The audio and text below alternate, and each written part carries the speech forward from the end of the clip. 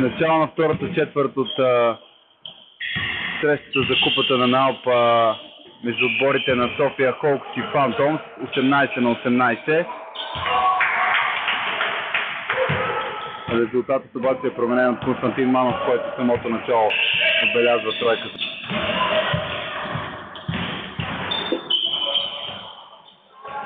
Още една тройка за Константин Манов. 30.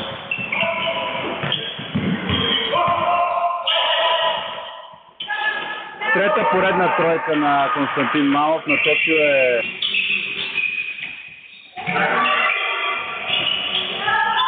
отново Манов, отново успешна стрелба. 4-4 е четвъртата на Холкс.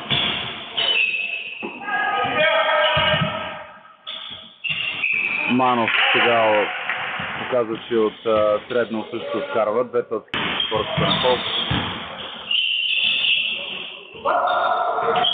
Манов още веднъж тройката, впечатляваща стрелба. Браво на Константин.